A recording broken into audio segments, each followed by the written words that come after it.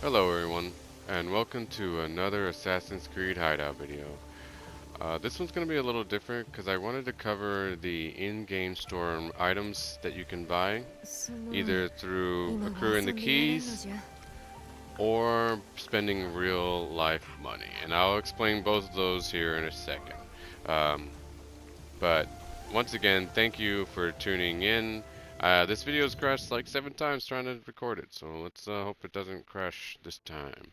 So here in the options menu, you'll hold the store button, top right corner, which is the options button on the PlayStation, and it'll take you to the store that you spend real life money.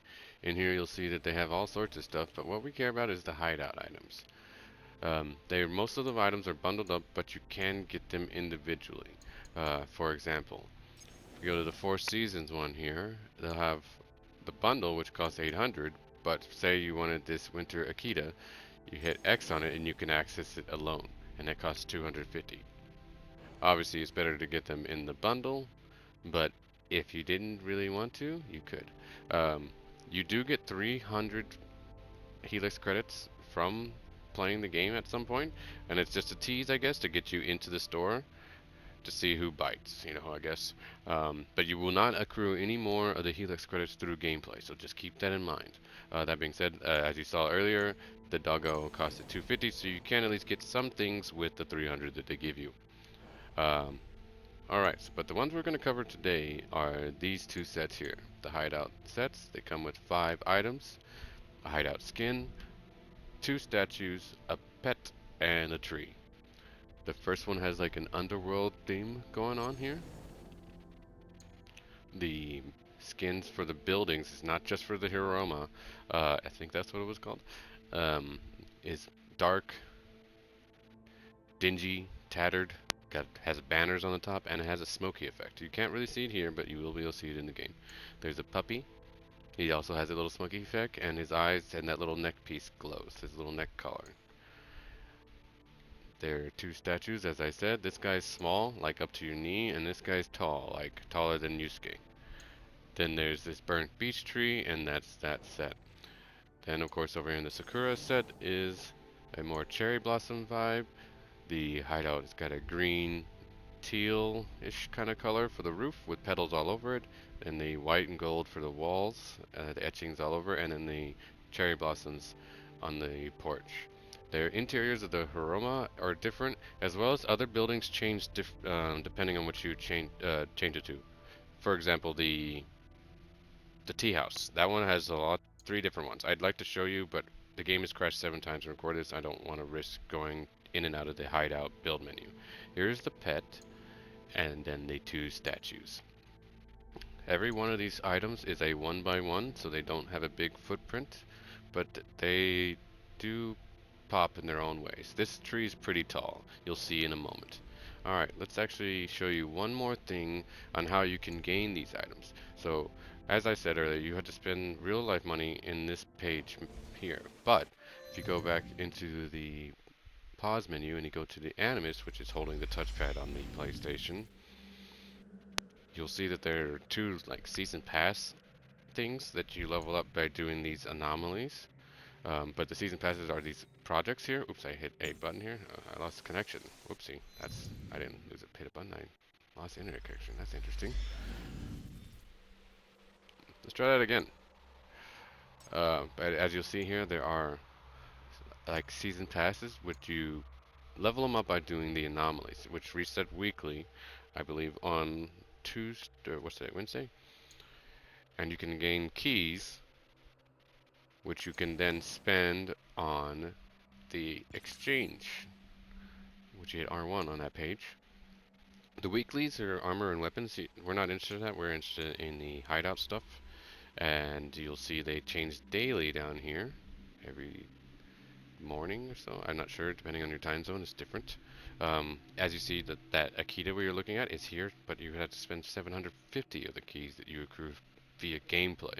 So if you don't want to spend money, you can actually earn these items in game. You can find the keys around the world. I think you get 30 at a time. But as I said earlier, as you do these projects, you can gain some. And you do the projects by doing the anomalies, which reset weekly. they gain you these purple things on the right side. I forget what they actually call them. They have a name for them. That's not important. Anyways, let's get into the tour of what these items look like. So as I said earlier, the paint is white and gold on the walls with the green top, but even the lanterns have a cherry blossom aesthetic. One thing to note is when you ever go inside buildings, your character takes their shoes on and off. I think that's just a cool little detail that they added to the game that they didn't need to do, but I think that is really cool. Anyways, on the walls you'll see that there are cherry blossoms scattered all about. It's really nice, really cool art. Even some birds in the trees here. As well as even on around the section for your items. You could say that the doors are different, but it's probably not as noticeable as the other item set. You'll see that in a moment. So over here, I wanted to show off the Sakura set. And this is kind of like my next layout. I may change some things, but with time I'm working on another layout video. So all of these are the elegant Sakura tree that you would get with that set. You can see they're pretty tall. Probably the biggest piece of all of these items that you can get. Continue further on, you'll see over to the left here, I have the Sakura stag statue. As I said earlier, they're all one by one, so they're not gonna have a big footprint, but they all pop in their own way. And then here is the Buddha statue, probably the smallest of the pieces, not counting the pet. The pet is definitely the smallest, but we love pets. On that note, where is it? I placed it over here. They like to go exploring, so no telling where it is. He's little, but I hear him over here somewhere. Ah, I see. So, like I said, they're little, but the little illuminated cherry blossoms that come off of it kind of make it pop. Especially when it's windy. Watch out though, it might bite your finger. Okay, so that's the Sakura set. Very nice. If you were to buy that set, I want to say it would cost you about 1,000 Helix credits, which basically accrues to about $10. So one thing to note when you're changing the exterior of a building is any connected buildings will change with it. So if you go to customize, right here, then you go over a couple pages to skins. You'll see if I change this one, the connecting building will also change. Alright, you'll see that it has smoke around it, tattered cloths, and it's much darker and dingier. Let's go into the actual building. Hopefully it doesn't crash. We've had it crash 7 times, like I said. No bueno. So if you look up, you'll see it's got smoke going around it. It's kind of eerie. The doors are tattered, and you can see through them. There's blood and bones everywhere. Tattered cloth hanging from it. Floor is a lot darker and dingier. Blood all over the floor. On the tops are different. I think the other one was like a flower design. Up here it has this symbol that you'll see over the entire wall. Definitely the cherry blossom Sakura one is much more pleasing to the eye, but if you're trying to go for a sinister looking hideout, this is definitely the one to get. I bought this set initially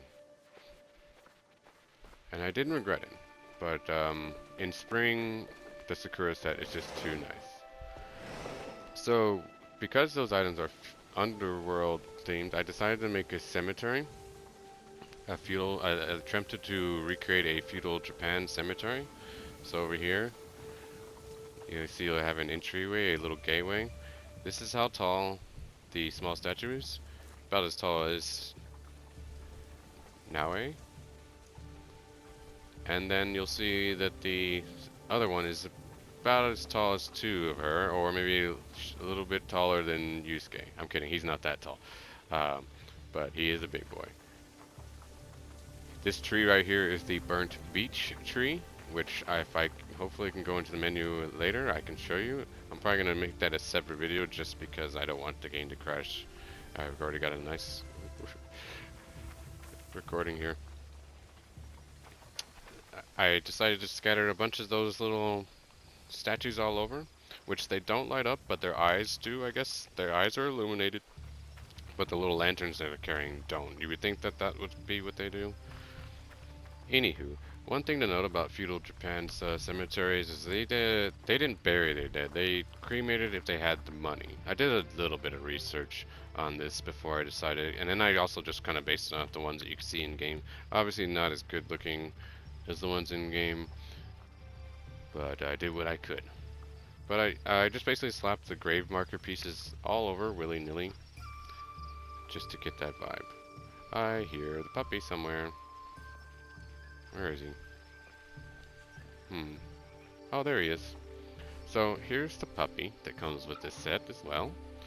As I said, the eyes glow, and he's got a little bit of smoke effect, but he does the same thing as the other puppies. Still really cute little demon puppy.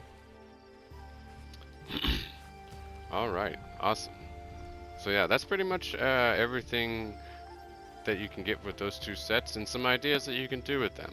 I would like to make a tutorial on them, but with the way the game has been handling the hideouts right now, I'm not sure if I want to. They need to address the crashing because it's really been hindering my enjoyment of decorating. I'd like to make more videos for you guys, but the game just continues to crash.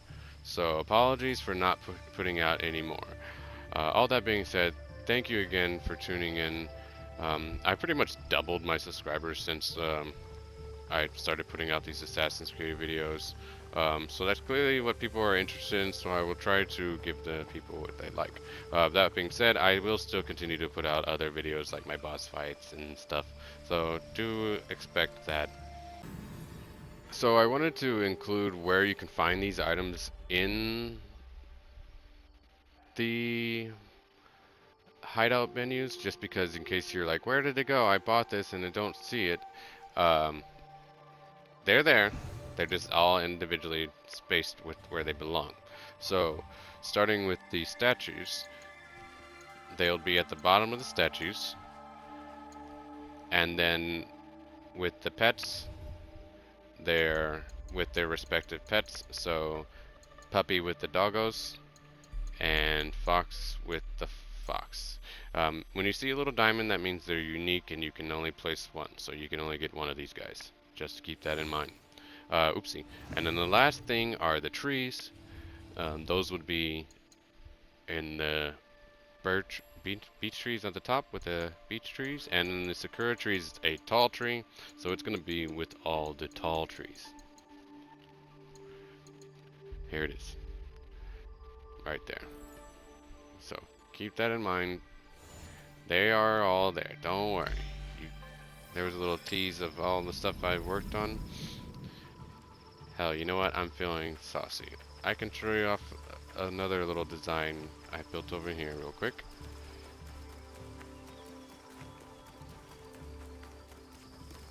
So here's my new across the river layout.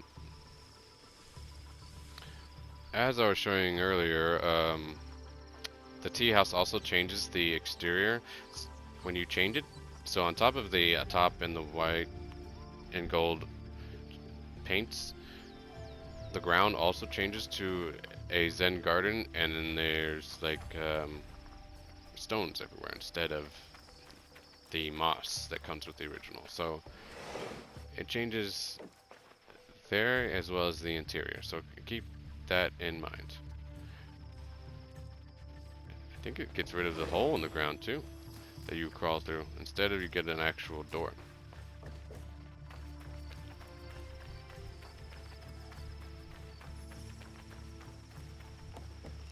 But over here is my actual build that I've been working on.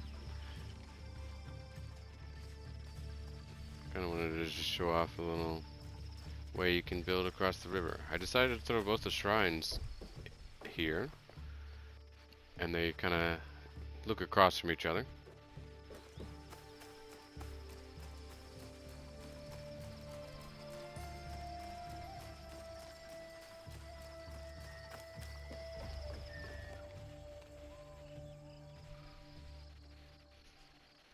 I believe I have a couple of the elegant Sakura trees in here somewhere. Initially I had the fox over here, but I moved them over there so I could show you guys all the items. Anyways, now I'm really ending the video. Have a good one.